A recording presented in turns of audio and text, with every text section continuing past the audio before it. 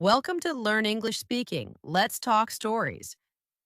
Here we bring you amazing stories to improve your English fluency. Don't forget to like, share, and subscribe for more exciting lessons. Let's learn together. Chapter 7, Simon. I talked about it with my boyfriend, Simon, at dinner that night. Simon is a reporter, so he has to be very careful. He must never write about anything I tell him in his newspaper. If he did, I would lose my job. But we still talk about things, and sometimes it is very useful. I told him about the accident, and Mr. Jackson's story. He looked at me thoughtfully. It's a strange place for an accident, isn't it? He said. The road's very straight there. That's right, I said. No one ever stops there. I only stop because For a moment, I stopped talking. My fork in my hand. Sue.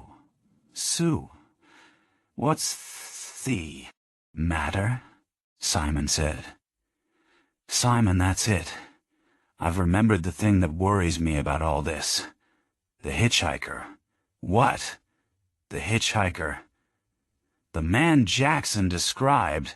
Pale face, suit, glasses, red tie. There was a man like that in my car. Quickly I told Simon about the man that I had picked up before I saw the accident. Yes, but he wasn't dead, Sue. He was in your car, quite safe. And you picked him up a long way away from the accident. Not very far away, about half a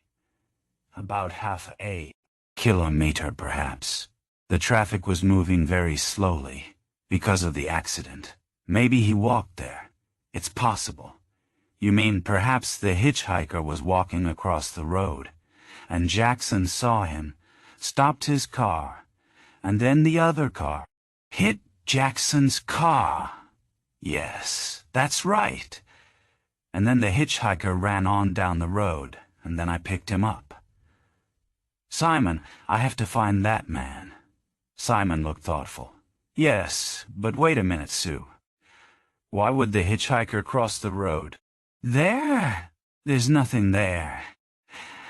And anyway, if he was walking towards you, he was walking away from town, not towards it. I shook my head. I don't know, but I want to find him. He said he lived in Lancaster. And another thing, Simon. Older police sergeants said there had once been an accident on that road before. Something about a child, I think it was. About 20 years ago, maybe more. Can you check in your old newspapers and find out about it? I think it may help. Groaned. You want me to check the records for a little thing like that? Do you know how long that takes? I smiled at him. But you'll do it for me, won't you, Simon? I said. Please. Chapter 8, Flowers on a Grave. It took Simon a long time, but he found the newspaper story in the end. We met for lunch in the park in the middle of town, and he took it out of his pocket. He showed it to me, and I read it carefully. A small yellow piece of paper. A newspaper story about a road accident. 18 years ago. Father killed in road crash, son.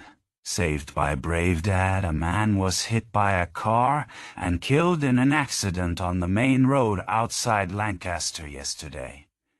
Police said the man, 25-year-old Mr. David Holland, ran straight in front of the car.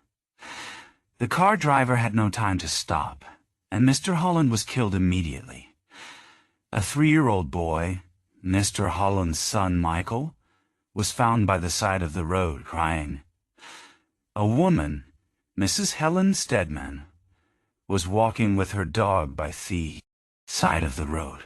Mrs. Stedman said that Mr. Holland had been driving towards Lancaster with his son.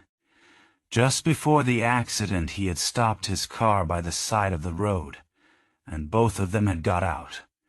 I think perhaps the little boy wanted to go to the toilet, Mrs. Stedman said, but before his father could stop him, He ran straight out across the road in front of the traffic. Mr. Holland ran after him and managed to pick up the little boy and throw him to the side of the road. But then a car hit the father. It wasn't the driver's fault. The little boy ran straight out into the road without looking, and his father ran out after him. Then I ran to catch the little boy before he could go back into the road again. The police said that Mr. Holland was dead when they arrived. He will be buried in Lancaster Cemetery on Tuesday. The little boy's mother died a year ago, so he will live with his grandparents in Carnforth. This is the first accident that anyone can remember on this part of the road. The road is very straight there and is usually very safe. The police do not think the car driver was driving fast. I put down the old yellow piece of paper and thought for a minute. 18 years ago, a man had run in front of a car and been killed on the same part of the road. And yesterday, there had been another accident, and the driver of the first car, Mr. Jackson, was quite sure that he had seen a man who had run out in front of him, and was also sure that he had seen a man who had run out in front of him, and was also sure that he had hit him in exactly the same way. "It's interesting, isn't it?" Simon said. "But it doesn't help much, does it? Have you found your hitchhiker yet?" "No," I said. "I've checked all our police records, and we have no records of anyone who looks like him. And of course he didn't tell me his name." "I see," said Simon strangely. "There is one other interesting thing that I haven't told you." "Oh? What's that?" "Well, every day I walk through the cemetery on my way to work. I know the work place quite well. Sometimes I sit and have my sandwiches there at lunchtime, and so I notice the other people who come there, the people who put flowers on the graves and eat their lunch there. Sometimes I even read the gravestones, you know. I often wonder about them. What were the people like? How long did they live? It's very interesting. In your lunch hour? How strange," I said. "Do you think so? I like it. It's quiet and peaceful there, so I can think and read. Anyway, there's one grave there that always has flowers on it. A young man comes to put them there. He's a student, I think. And when I read this newspaper story, I knew I'd seen the name Holland somewhere before. At first, I couldn't remember the place that I'd seen it. Then I remembered. It's the name on this gravestone. David Holland. I checked this morning because I wanted to be certain. And the date on the stone was the same too, 1978. It's the same man who was killed in the accident." "So?" I asked. "What's surprising about that?" "It isn't surprising that he was buried there. He came from Lancaster. And I suppose that the young man who brings the flowers is his son. That would be normal, wouldn't it?" "Maybe," he said. "But not every day. Not after 18 years. Anyway, the cemetery is just over there. Why don't we go and have a look? We can go that way back to the car." "Okay, if you like. I didn't know that you were so interested in gravestones, Simon." We got up and walked quietly through the park and into the cemetery. It was a nice, sunny summer afternoon. Neither of us wanted to hurry back to work. "There it is, look." Simon pointed, and I saw a grave just like all the others. There were a few red flowers on it. We walked towards it, but then a young man came past us on the path. He knelt down beside the grave. He took the old flowers away and put some fresh ones beside it. We stopped a few meters away and watched. The young man stayed very quietly beside the grave for several minutes. I could see his mouth moving. Seemed that he was talking to someone. "He's praying, Simon," I said. "Come on, let's go." We shouldn't stand and watch him. Okay, he said, and we moved slowly away. But don't you think it's strange? He asked while we were getting into the car. I mean, his father has been dead for about 20 years.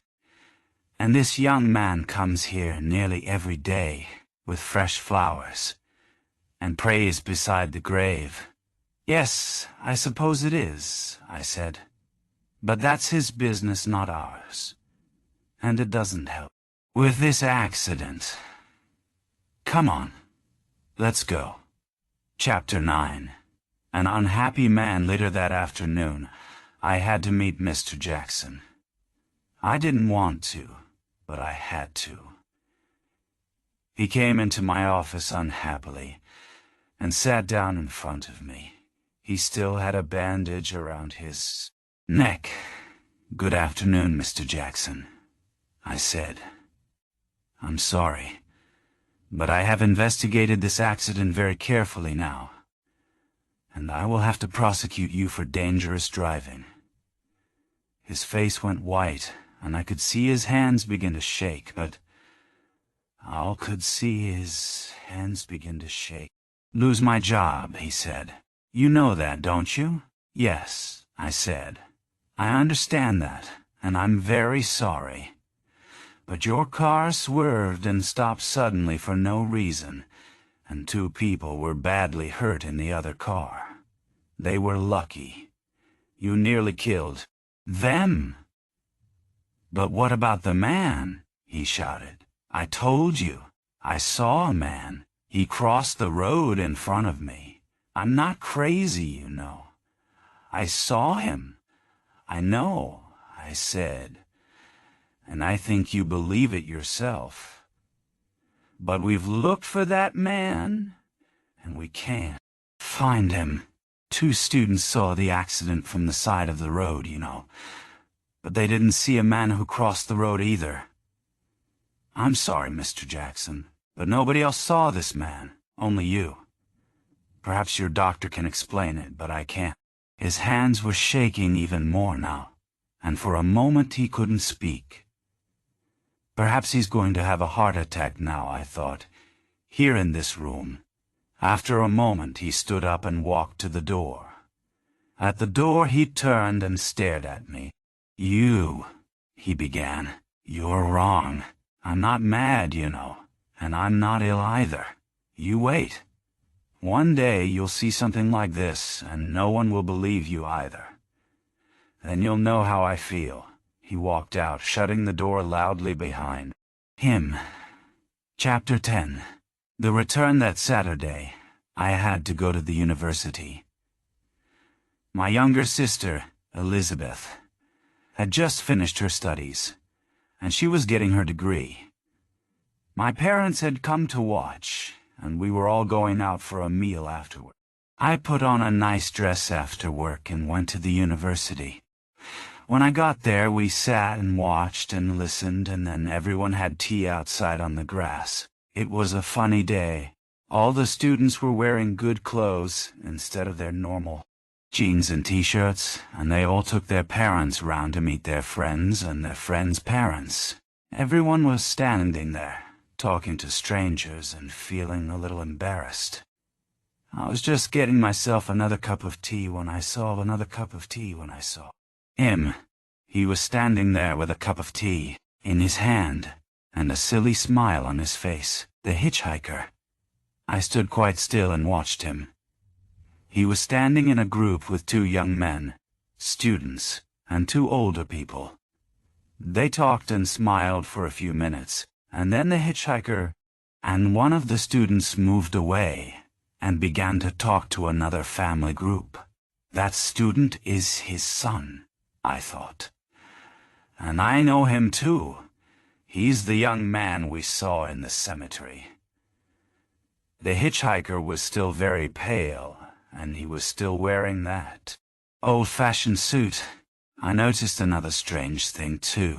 None of the other parents talked to him. In fact, one man nearly walked straight into him. But I didn't think much about that then. I knew that I had to talk to him. Perhaps he could help to him. Perhaps he could help me about the accident, even now. I smiled and walked towards him. "Hello," I said. "I didn't think that I'd see you again." He turned quickly, and for a moment I was sure he was afraid, or perhaps I was the first person who had spoken to him that afternoon. But then he smiled too. "How nice," he said. "You're the lady who gave me a lift into town a week ago, aren't you?" So he remembered me too. That was interesting. He looked worried. "But you're a policewoman, aren't you? So you are a policewoman, aren't you? Can't be a student, and you're not old enough to be a parent. So why are you here? Has there been a crime?" "No," I said. "My sister getting her degree, that's all." "Is this your son?" "Yes," he said. "Michael, come and meet my policewoman friend. She gave me a lift in her car the other day." Michael smiled and shook my hand. But I thought he looked a little nervous. That was very kind of you," he said. "My father doesn't have a car, and he's always missing the bus. He never manages to catch the bus if I don't take him to the bus stop myself." I didn't know what to say. If he's the young man we saw in the cemetery, I thought, then his father's dead. But he says this man is his father. The father smiled again. "These young people," he said, "they think they know everything. But really, it's my son who's always getting into trouble. I have to look after him all the time, you know." People were beginning to go home. I remembered that the hitchhiker didn't have a car. "Can I give you another lift back into town?" I asked. "Yes, please," he said. "That would be very kind. I'm getting old, you know. I get tired when I see too many people." The son smiled and left us. We walked to the car. I didn't speak much. I was thinking hard. What questions should I ask? The hitchhiker got into the car and smiled at me. "I hope we won't see another accident," he said. "I hate accidents. All my life, I've been afraid of cars. I'm so glad of cars. That Michael isn't going to work near cars or roads. He's got a job in a bookshop, you know, and he'll be able to walk to work. You can't be farther away from cars than that." "Yes," I said. It didn't sound very exciting to me. "Is this job in Senway? Is this job in Lancaster?" "Oh, yes, of course." The man smiled his thin, pale smile. "He doesn't want to work anywhere else. He comes to see me every day, you know. When I met you the other day, where had you been?" I asked. "With Michael, of course," he said. "At the university." "How did you get there?" "I walked. It was a nice day." "Did you cross the road about 10 minutes before you met me?" I asked. "Did you walk in front of a car, perhaps?" He looked surprised and unhappy. No.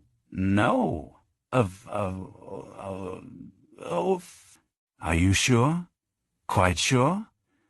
Because the driver of one of the cars saw you, you know." "Saw me? What do you mean?" "One of the drivers in that accident saw a man, just like you, who walked straight across the road in front of him. That's why he swerved and stopped. He thought he'd killed you." The man's fingers were playing nervously with the seatbelt, and his face was whiter than ever. "Oh no, that isn't true. I was very careful. And anyway, nobody can see me when—" "So you did cross the road." We were near the center of the town now, just outside the cemetery. I stopped the car and turned to look at the man more closely. "I think you'd better come back to the police station with me. I've got a few more questions to ask, mister." But then I remembered. I still didn't know his name. "It's, David Holland," he said. He was still playing nervously with the seatbelt while he spoke. "But I'm afraid I can't come to the police station. Thank you for the lift. I must go now. Goodbye. I tried to stop him, but he was going already. Going in a way that was not normal at all. He had not opened the door, but his leg and half of his body were already halfway through it. I couldn't speak. I was too surprised, and as I watched the other parts of his body, that thin, pale body in the strange, old-fashioned clothes, went through the door as well. Through the door, right through the steel car door. And then he walked quickly away, and walked straight through the closed metal gate into the vehicle cemetery. I didn't see where he went. I was too shocked to move. When at last I got out of the car and walked into the cemetery, he was not there. But there were fresh flowers on the grave under the gravestone that said, David Holland, 1953, 1978. He gave his life for his son. I stood by the grave and thought for a long time. But I'm only an ordinary policewoman. I can't arrest dead people, or people who aren't there. I remembered the things poor Mr. Jackson had said to me when he left my mayor's office, and I wondered what on earth I was going to do now.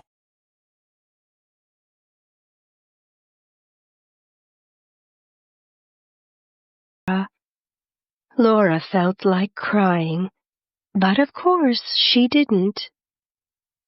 Only little babies cried. "I'm cold now," she said, "and my back aches." "Charles," Ma called, "look at the girls. I think they're sick." Pa and Ma put them to bed in the middle of the day.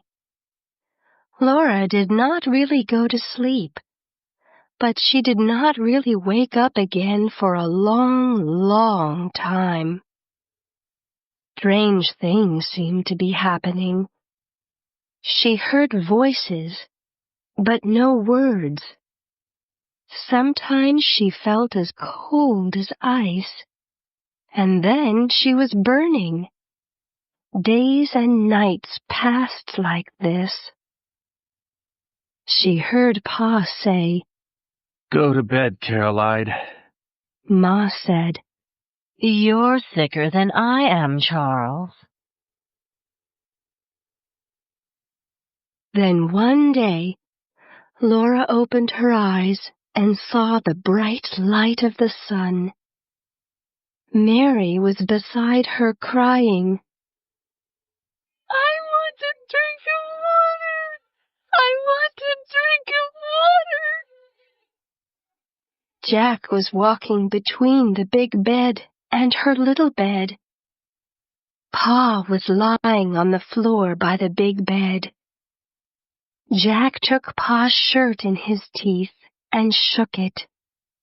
Pa's head lifted up a little, and he said, "I must get up. I must. Caroline and the girls." Then his head fell back, and he lay still. Jack howled. Laura tried to get up, but she was too tired. Then she saw Ma's red face looking from the big bed. Mary was still crying for water. Ma looked at Mary, and then she looked at Laura, and she whispered, "Laura, can you get up?"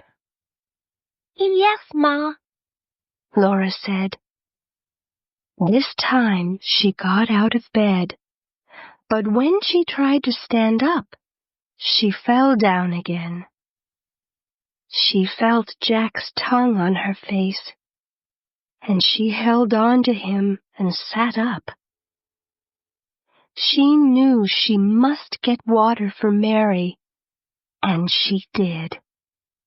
She crawled all the way across the floor to the water bucket, and then crawled all the way back to Mary with the water.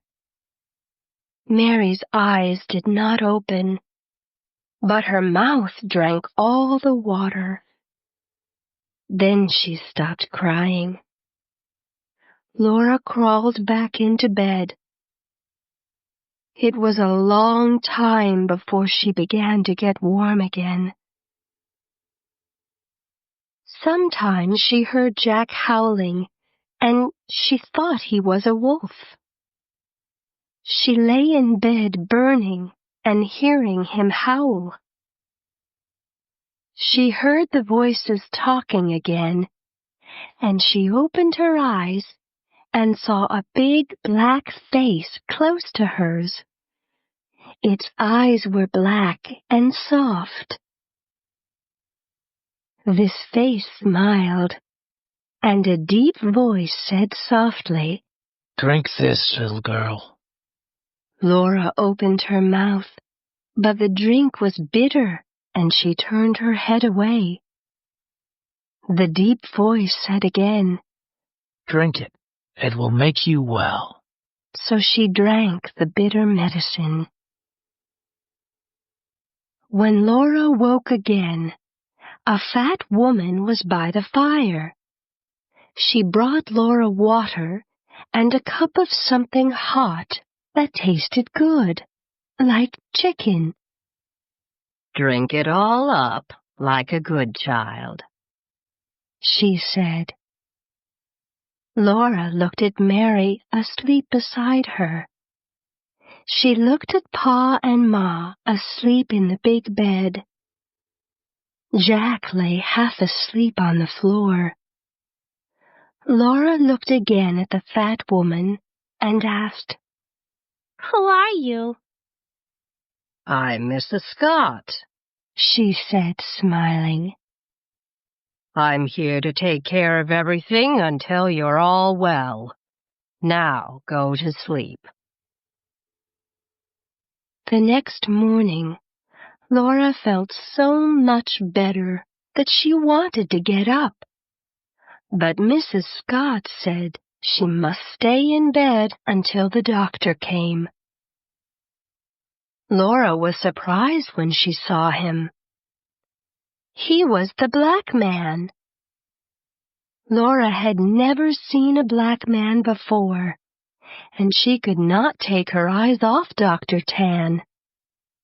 He talked with Pa and Ma and laughed his big laugh before he hurried away.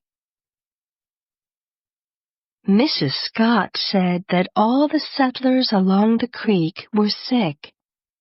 She had been going from house to house, working day and night. You're lucky to be alive, she said. It's because Dr. Tan found you when he did. Dr. Tan was a doctor with the Indians. He was on his way to the town of Independence when he passed Pa's house. Strangely, Jack, who usually hated strangers, had run after Dr. Tan and made him come in. And here you all were, more dead than alive, Mrs. Scott said. All of you sick at the same time. Dr. Tan stayed with you a day and a night before I came. Now he's taking care of all the sick settlers. The next day, Pa and Laura were out of bed. The next day, Ma got up, and then Mary. They were all thin and shaky, but they could take care of themselves. So Mrs. Scott went home. How can we ever thank you? Ma said. It's nothing, Mrs. Scott said. Neighbors are there to help each other. Pa was thinner and walked slowly, and Ma often sat down. Mary and Laura didn't feel like playing, but every day they got a little bit stronger. Pa couldn't work outside, so he sat in the house and made a beautiful chair for Ma. He played his fiddle, and Mary and Laura were happy. No one knew in those days that the illness was malaria, and that it came from the mosquitoes.